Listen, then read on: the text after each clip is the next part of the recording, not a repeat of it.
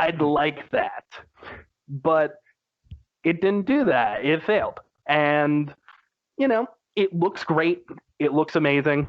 I would never give this a 1. But even saying below average didn't feel right at that point because, like, I didn't care even a little, except for, like, one scene with Mace Windu. And one scene I thought was cool at the end. So, Jack, Neil, if you saw it in its original runtime and saw it in, like, the individual, like, snippets, would that change your mind? Probably a little. Yeah, Here's the thing. I think I probably would have boosted up to a 5 for that. Here's the thing. I think individually, if I was rating each episode, half of these would have been like 2, 2, 2, 2, 2, 2, 2. And then we wouldn't have got into Mace Windu, and I would have been like, oh, they stepped up this time. Okay, 6. 2, 2, 2. Oh, Grievous is pretty cool. 5. Yeah, just a bunch of 2s, just to match the show with their laser blast. Pew, pew, 2, 2. I think it's good for what it is. I think if we had done individual episodes and maybe covered them in, like, I don't know, chunks of 3 or 4 or something, I would rank them higher. I think that they're more digestible that way. It'd be more fun to watch.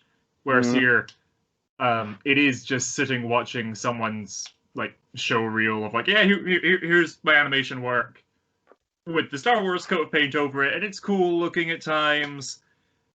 But it's a little bland, I think. It's probably how if I had to describe it, a little bland. And let me be clear. If someone out there is watching right now and you like this and this is your favorite thing from the Star Wars series, that is fine. And that's a perfectly defendable position. I wouldn't even debate that with you. Yeah, like, if you like this, like, honestly, I would, like, if someone was like, this is my favorite Star Wars thing, I'd sit there and be like, oh, please tell me why. That's such an interesting opinion. I don't hate this at all. It's just, for me, it didn't work. And I have to judge it by my standards. Like, it's not fair for me to lie to the fine people out there. I didn't like it. So, now it's up to me to finish this off. I guarantee you this. Yeah, that's the last. So, I was originally trying to insist to Neil to review the whole thing because it really is a short series. But having done this, yeah, I think it would be quite fun to review the first part first and then see how we felt about the second part in comparison later on down the line. So, I guess there's some sense in that after all. So, with that said, this is not the best bit of Star Wars. And this is not even the best of what this director is capable of. But it is really cool to see him try it out. I mean, these characters, like, even though there's some odd bit to it, like Anakin's pout, as you pointed out, Jack. Do it again, Jack. The pout. Go on, do the pout. Do the pout. No, I'm good. Throw up a picture of it on screen. There we go. Do the roar. Do it. No. You are. You're objectifying Jack, Calum. Objectifying. Shut. Hey, Your there we dirty are. mouth. Finish your thoughts. Finish your thoughts. I know, it's a calamity. I will kill you. Finish. So,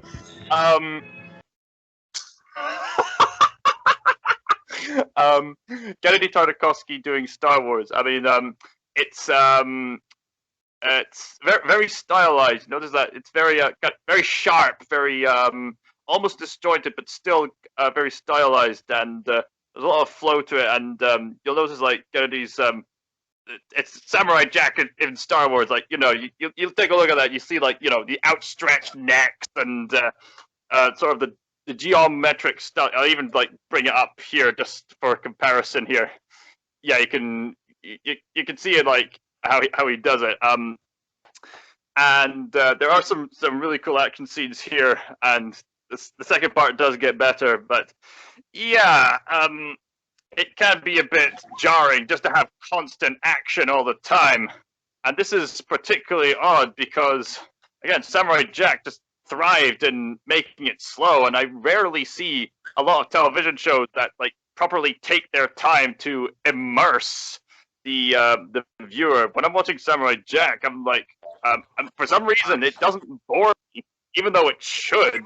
But it's very immersive because the protagonist is very relatable, and they have some really cool visuals. Like in Samurai Jack, it's very strange, but it's detailed enough that for you to think, okay, that's that thing, and this is that. They really step up their game with season 5 when they get into some really deep 15 rated stuff there. And Gennedy Tartakovsky, he can be very brutal when he wants to be. Like, recently he made Primal, like, blood and guts and dinosaurs ripping each other apart and cavemen, like, stabbing others with spears, like, and it's all, like, very pretty, colorful animation and taken very seriously. And I really respect Gennady Tartakovsky because he's someone who can take the animation seriously, even though he has done comedic stuff too, like Dexter's Laboratory and Hotel Transylvania, and to an extent, like, or even a mixture of the comedy and the drama with stuff like Symbiotic Titan, and yes, even Samurai Jack at certain points. Like, this is a guy, I really appreciate his craft. Like, I even made my own fan-made animation video, which got surprisingly popular. This is someone I really look up to in terms of animation, like visual storytelling. But yeah, again, this is not his best work. But I wouldn't mind watching it again. But as for a rating, I think I'd rate it somewhat similar to Brooks. I'd probably give it like a good 7 or so out of 10. Like, not the best, but there is enough like cool action sequences and moments for me to think, I'd be happy to look at those again. Yes. All right. I agree with you a lot. I think that's a good rating. Jack, my good sir, add them up. Overall, that's giving it a 22 out of 40. That's slightly above average, but average. That's pretty fitting for the show. Mm-hmm. Once again, I just want to say this right off the bat. One of the most original looking things with the Star Wars name on it. The style is very cool. I wish we got more Star Wars stuff looking like this, honestly. I know. Star Wars Resistance, I'm looking at you. Could we not have got that in this style? Well, there's a Star Wars anime on the way, I believe. Hopefully, an anime that will be awesome, which actually leads me into our final question of the day. There's a lot of Star Wars stuff on the way. Some stuff we might be covering on here in the future. So I have to ask, what are you most looking forward to? Of course, there's like Star Wars Kenobi, Obi-Wan Kenobi show. There's an Ahsoka show on the way, the Book of Boba Fett, Mandalorian Season 3. What are we all looking forward to most? May I speak? I think... Oh. No, I think Jack go right I'm... Sorry, Jack, how about you go first? Sorry, Yeah. I didn't give any direction there. You're good. Sorry. I think that I'm not... The thing I'm most looking forward to, as someone who loved the Filoni Clone Wars, and I mean, honestly, I'm not going to say any of like the massively more higher profile things. I think I'm most looking forward to Cassian Andor. I think that's going to be my vote.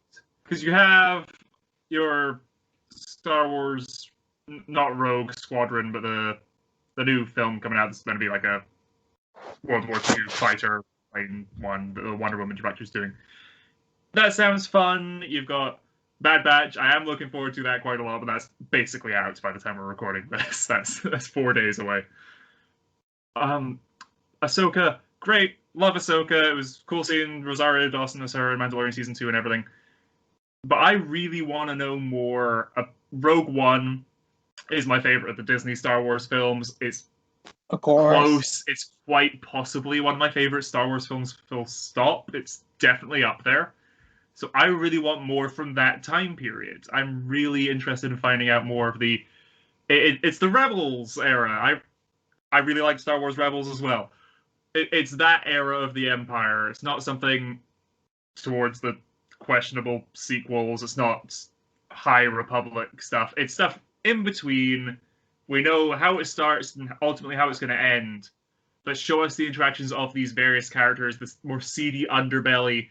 I want more of what Rogue One was promised to us as this war film, which in some of the older cuts and edits, it may well have been, but it was changed up a fair bit in production. I want to see more of the Rebels. Cassian says, the things I did for the rebellion. He's been in this fight since he was 12 years old. Give us actually that. 6 years old. 6, my bad. Give us that. And Diego Luna was great as Cassian. My biggest annoyance with Rogue One was that all the characters died, because I feel there was so much more that could be done with them. And now we're going to get some of that. So I think Andor is my vote.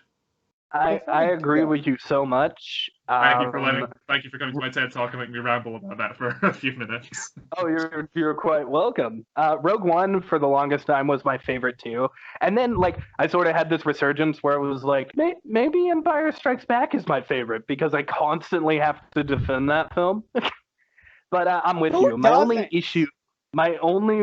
issue with the Cassian Andor show is that I wish we could have like had some sort of just in general Rogue One prequel show, because I would have loved to see Baze Malbus and Chirrut Imwe's backstories. But honestly, I'm excited too. I'm right there with you. Squid, did you have a pick for what you're looking forward to? Yes, I do. And well, I am. Here's what I'm looking forward to, and what I'm curious of.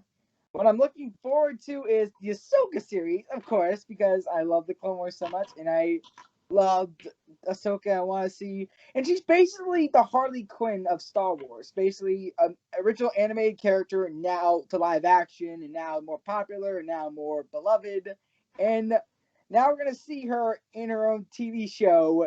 Basically, what the Clone Wars kind of was her TV show, but now we're going to see her own starred TV show, probably hunting down Thrawn. And people are finally going to see Thrawn, the live-action Thrawn, if they even care about this Star Wars anymore. But the one I'm most curious about with, if this is about the High Republic, if this Visions, the anime, it's probably going to be set in the High Republic, which I'm not a big fan of. Seriously, Iraq as a character, Iraq. So I'm probably not going to be looking very forward to that, but I'm very questionable what that's going to be like. Well, something else in the High Republic setting is this Acolyte show movie that's coming out, which is supposed to be a mystery. I'm very interested in that. It's not my number one pick, but I'm excited for it. Calum, it's on the radar. Calum, Neil, you love your mysteries and your visual novels, yeah. Yeah, mystery. Yeah, I love mysteries too. Okay, I'm a big mystery guy. Yeah, mystery guy. Someone make a mystery visual novel with a Star Wars theme, then Neil will be happy. I would be pretty happy. Yeah. Pretty. We're getting that, possibly. That's what Acolyte's meant to be. What am I looking forward to? I don't really know. I mean, on the you did mention in our video forever ago, you're excited to see what Taika Waititi is going to do with Star Wars. Oh yeah, they're making Star Wars. Star Wars is getting Taika Waititi to direct something. He's a New Zealand director. Made quite a name for himself, honestly. Like not just with making films like Jojo Rabbit and being that robot from Mandalorian, but I mean, he's obviously starred.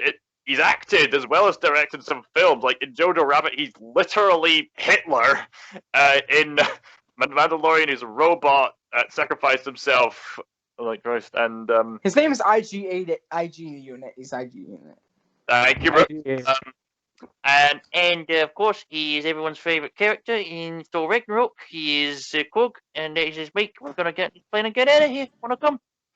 And recently, he's made a very shocking, like stop motion show about animal abuse. I mean, this guy's a really fascinating filmmaker. I mean, having him take on a Star Wars project. I mean, if you've seen Thor Ragnarok, he's a very quirky guy. So I'm looking forward to seeing what he's got in mind. We already know he's cut his teeth on Star Wars. He directed the season 1 finale for Mandalorian, so he's already got his foot in the door. He knows what he's doing.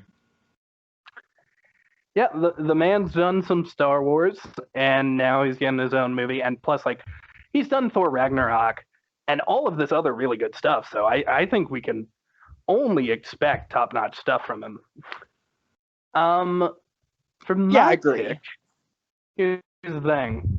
No one's going to be excited for this until it comes out. I could talk about the Obi-Wan show. It's probably the one I'm most excited for. Obi-Wan. But the show that I think nobody is ready to see coming is Lando. Because, hear me out, there are Lando Calrissian comic books that I have read. And if they do Donald Glover as Lando, I have to assume they'll probably be adapting some of those comics. Guys, you are not ready. You are not ready for the awesomeness that is Lando Calrissian. Which comics? Marvel or Dark Horse? I believe it is. I'm not even sure. It's one where he essentially steals the Emperor's ship. I don't know if you've heard of that one.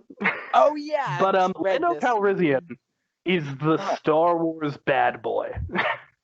And I am so excited for everyone to see him.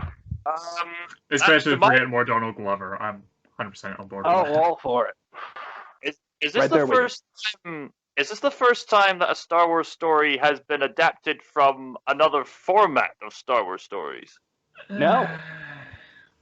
Technically, the ending of Clone Wars is adapted from an Ahsoka book. Right. There's been a lot of stuff where, like, and I honestly hope they do the Marvel thing where they take inspiration from it, but sort of also do their own thing. Yeah. And to be frank, I loved Mandalorian. I love literally all of the Marvel shit out right now. Until Disney hurts me, I trust them. Disney I think Lando will be great. Disney Plus has yet to hurt me, except for when we had to watch, this. Not even when you and I, Neil, had to watch Descendants, the first one? Oh, wow. I ranked the first Descendants higher than this. The Lego Star Wars Holiday Special? Oh, don't get me started. Jeez. That one was fun. But, ladies and gentlemen, thank you for watching. Usually we end on a joke, but we're not going to do that today. Today we'll just end on a little tease. The next person to pick is somebody who hasn't been in these videos for a while. It's Sherry the Dizwiz. Charisse is coming back, and she has talked about picking something for an anniversary. She's talked about potentially doing Lizzie McGuire the movie. She's talked about maybe doing the Proud Family movie. But next week, I think we're in for something very different from Star Wars. After that will be Squid's pick, then my pick, and then Jack's pick. And we'll be revealing the picks at the end of every episode from this point until the end of the month. And then we get to sink our teeth into Loki. So, thank you all for watching, and no jokes, all seriousness. Good. Everybody say goodbye. Goodbye. Bye. Bye-bye. See you. Bye-bye. Goodbye. Get out of here. Get out of here. We plug ourselves. Oh yeah, we need to plug ourselves. Jack, he has a YouTube channel. He also has an Instagram. Yeah. He has an account. If you like your Star Wars, Clone Wars content, check me out on Instagram. I do a lot of photography with Lego clone troopers over there. Go check that out if you're interested.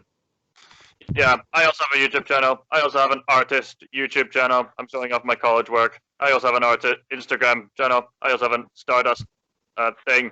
Brooks has a Stardust thing. Neil had one, but I'm on Twitch. I'm on Twitch now. still has this YouTube channel, which you are watching now. Yeah. Link in the description to Well- all of this. Mm-hmm. Have a good There day. Goodbye. Have a Get good out, day. Steve. Bye-bye. Bye. Adios. Bye. Forgot about this. Bye. Serious. Serious.